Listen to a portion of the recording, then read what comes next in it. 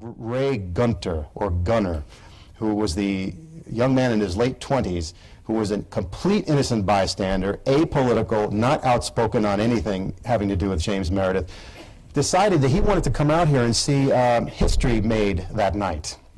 And I talked to his best friend in the world, Charlie Berryhill, and Charlie Berryhill explained to me what they all went through and what happened that night.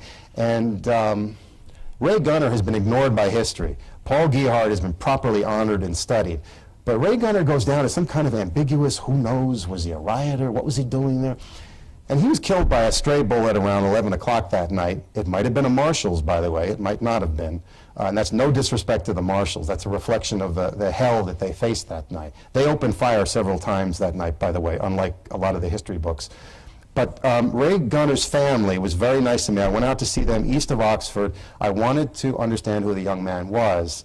And I got to know his brother, who was a university policeman in 1962. His wife was very gracious to me, and he had a daughter he never met because she was pregnant with the daughter at the time he died. And I got to sit down with, I wasn't prepared for this, but Ray Gunner's mother was right there on the porch, and she was very elderly, and she asked me, she wasn't sure why I was there, and she said, "Did you know my son Ray? He was a wonderful guy." And she started telling me the story of his life, and that was rather amazing.